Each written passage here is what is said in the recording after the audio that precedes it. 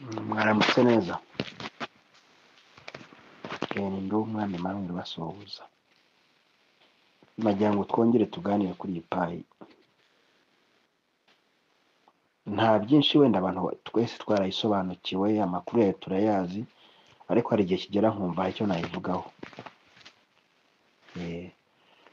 Muri urwo rwego rero niyo mpamvu numvaga hari icyo nabaganirizaho. Muribuka dutangira kumayininga kera, erega bimaze no kuba kera wa mugani. Iyo igihe kimaze kurenza imyaka 2 kikarenga 3 kikagera muri 5 biba ari kera, kuko umwana uri mu myaka 4-5 bahamagara akitaba. Payi gitangira abantu bajyaga bamwe bakajya bayita ngo ni scam. Mfite n'abantu nashyize muri payi mu minsi baramayininga, kanyuma y'icyumweru baraza barambwira ngo tubari dukure bino bintu muri telefoni zacu, ndabibafasha. Hari umumama w'umuhamya wa Yehova, yarambwiye ati ibintu nibyo kwa Satani, mukize muri payi arabireka. Ariko abantu nyuma bagiye bagenda basobanukirwa gake gake, bamaze kumenya ko ari amafaranga, ariko nabwo bamwe bakomeza kubyita scam. Kumva ari scam bitashoboka, bitabyara amafaranga, ariko aho bigereye ku isoko bakabibona bemeye ko ari amafaranga. Bamwe bazamura amarangamutima ngo tuzakomera cyane, ngo tugiye gusumba abakire, n'amagambo menshi cyane yo kwishongora, mbese birata ku bataramayininze yuko bo bari kuri level irenze, batari ku cyiciro kimwe.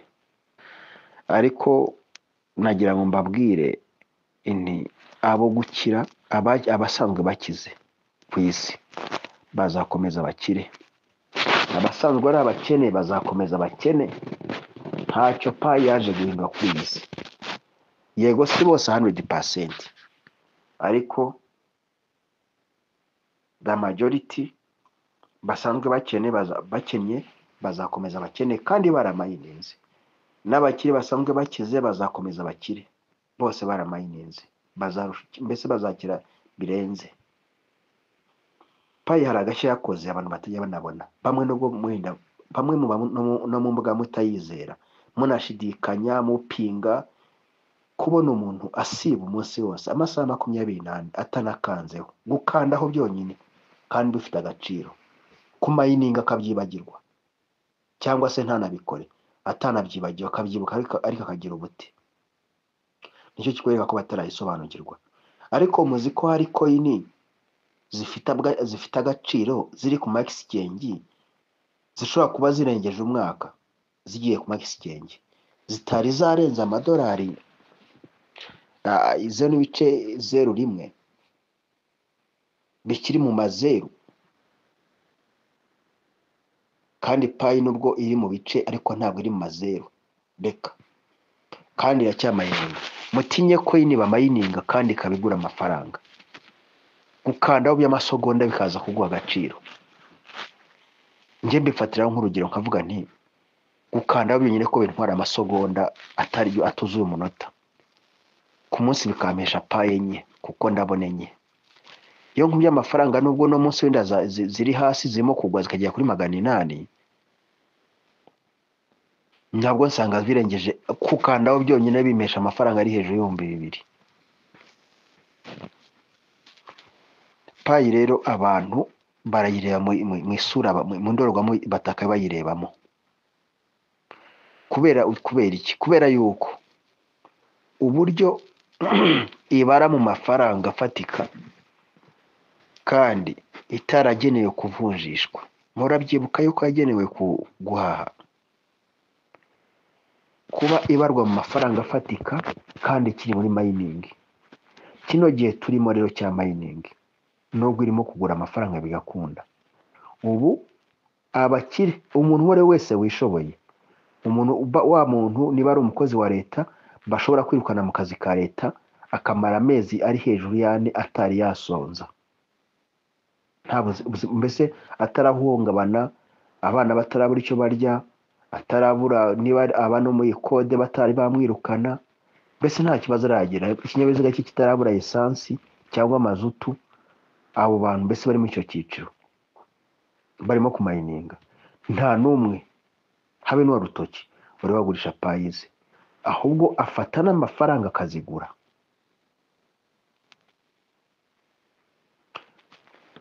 Nanone ikindi cyiciro cy'abantu basanzwe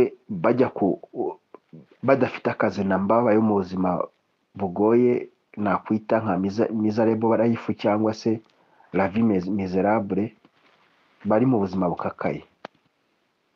Abo ngabo badafite akazi namba cyangwa se bakora akazi batunzwe n'uko barya ari uko bakoze, atakora ntarye.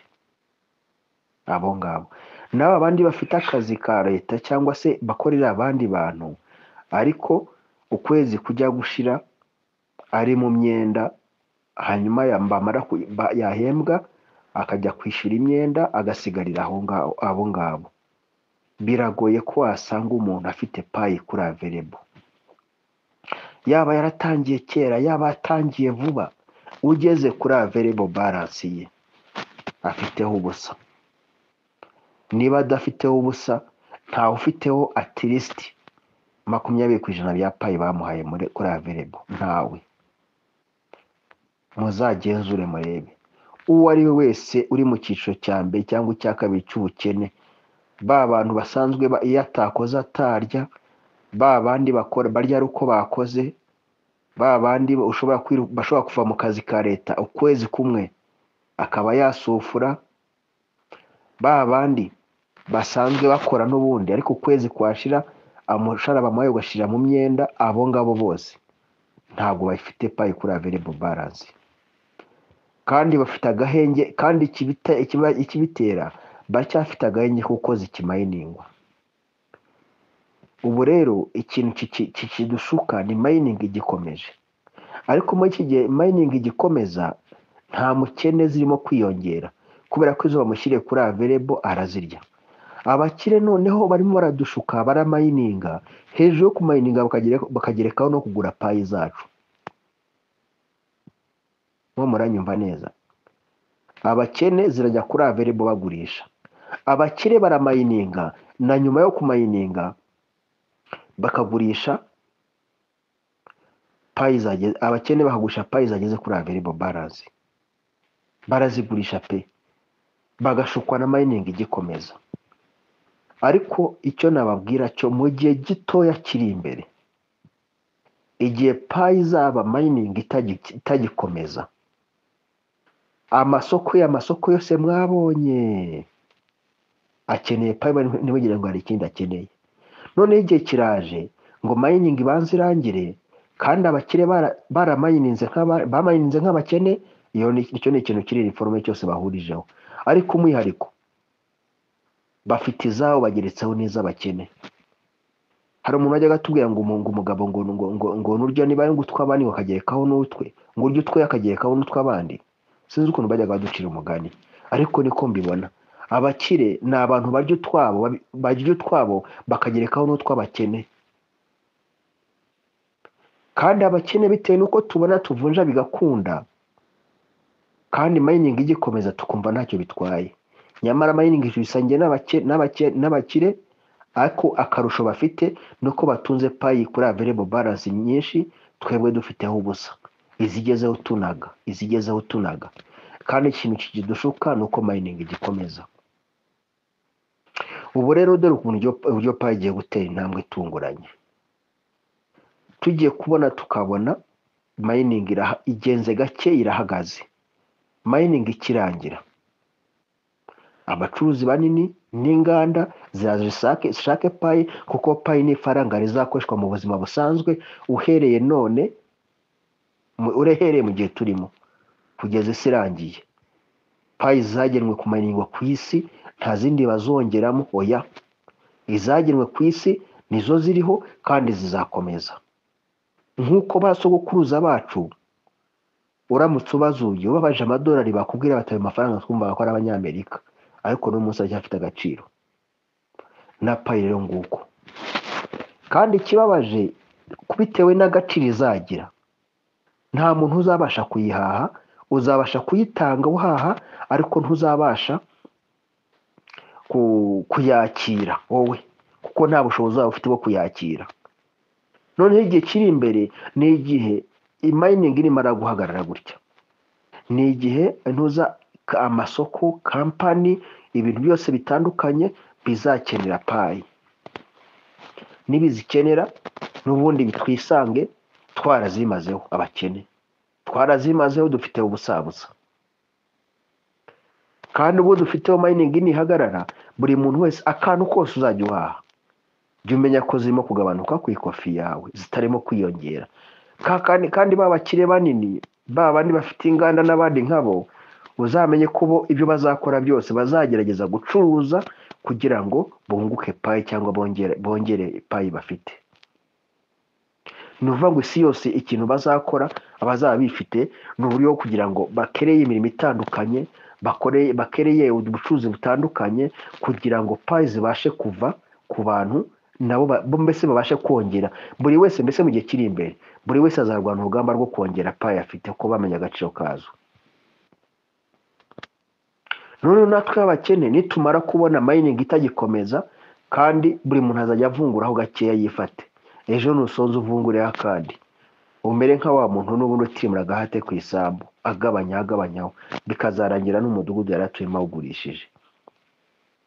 Ubwo rero payi impamvu igiciro cyazamuka ni ukubera na mining gikomeza kandi ku bwinshi. Ariko mutekereze mwibaze ngo niba ari amafaranga azakora mu buzima n'abana muzasiga, bazaza basange payi ni amafaranga ngo tubona amadolari, ariko bagira ikibazo cy'uko nta n'umwe wabasha kuyigondera, uretse kumva ngo data arayimayininze, nta kindi. Ariko abe nta bushobozi afite bwo kuyigondera, kandi babakire bazisitotse, bazibitse, abo ngabo bazaba bazifite ku bwinshi kandi badashaka kuzirekura, kuko bavuga bati niyo gakondo yanjye, nicyo kizatunga umwana nzasiga, nicyo kizatunga umwuzukuru, nicyo kizatunga umwuzukuruza. Kandi inganda zikomeye n'amabanki nazo, buri banki aho iri yumve ikwiye gutunga agatubutse, ikwiye kugera za miliyari zibarwa mu mapayi kuri akawunti yayo. Niho rero abo tuzasiga bazajya bibaza ngo twakoze iki, ngo numva yuko ngo igihe cyabaye cya mining, bamwe bazajya batanga ubuhamya bavuge ngo uzi ko papa ya mining akagera kuri payi 100, niba calculating mu mafaranga bumve payi 100 zakwimura abantu batuye mu murenge wose, bakimuka akabagura. Avuge ati nyamara papa yaramayininze agera muri payi 100, bati se byagenze biti? Bati yakomeje kuvunguraho gakeya yirira, birarangira n'ubu ngubu ajya no gupfanyiritse konti yari iriho ibice, nta payi yuzuye iriho, cyangwa iriho ubusazi mazeho. Ibyo bizaba ari ubuhamya buri mu gihe kiri imbere.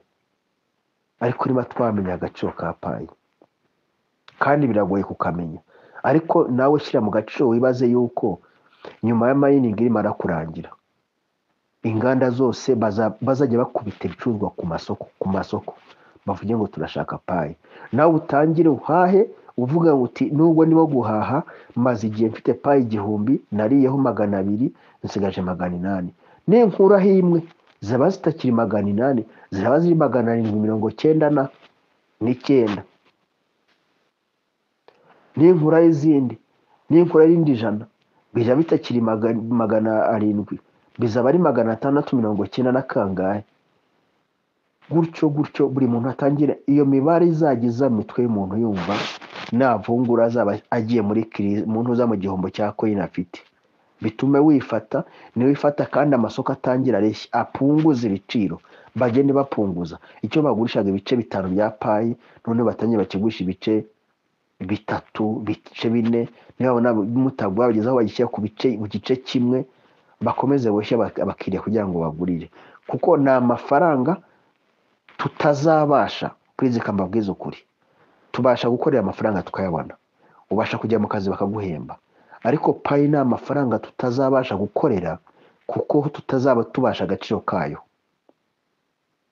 Niriya gisivi babwira izarenga, kuko payi ni amafaranga azakoreshwa mu buzima busanzwe kandi tuzaba tutakibasha kuyabona kubera mining ye bizaba yarahagaze. Dusabwa gukora iki? Dusabwa kuyakorera kandi tutabona ubwo bushobozi. Noneho abakire bakomeze bayibikire, bajya babwira, ujya kumva muri bihugu byateye imbere ukumva igihugu ukumva ntikigire ibirombe bya esansi, ariko bakakubwira bati esansi iramutse ihagaze ntiyongere kuboneka ku isi. Bati bamara imyaka 50 nta kibazo bafite, ibinyabiziga byabo bibona ibitoro nta kibazo. Ukibaza babitekereje bati kugira ngo bakore stockage ingana gutyo? Nuko rero na payi zimeze kuri akawunti z'abakire. None se mugira ngo kuva dutangiye kugurisha payi twe ba payoniya, mugira ngo zijya hehe? Ko nta product zijyamo, mugira ngo zijya hehe? Nta handi zijya, zirimo zirabyibushya amakonti y'abakire. Nta nubwo bazigura ngo kanya bahita bagurisha, oya. We akeneye kubera yuko abona payi ikiri hari amakoyini amaze umwaka aronshinzwe atakiri no muri mining, atari yarenza amafaranga 1000 cy'amanyarwanda.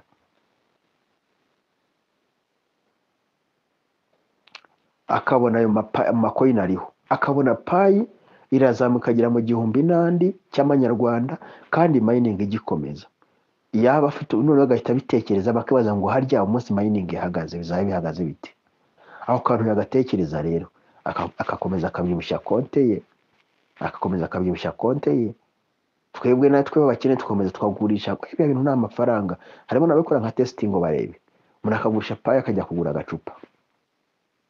Reka ne kurondogora, ariko uyu mushinga twasuzuguye, njya mbwira abantu ni igihe kizagera abantu bajye bavuga ngo ngo hari umuntu witwa kanaka, hari bitwa ba kanaka na kanaka na kanaka bajyaga bitubwira ntitubyiteho,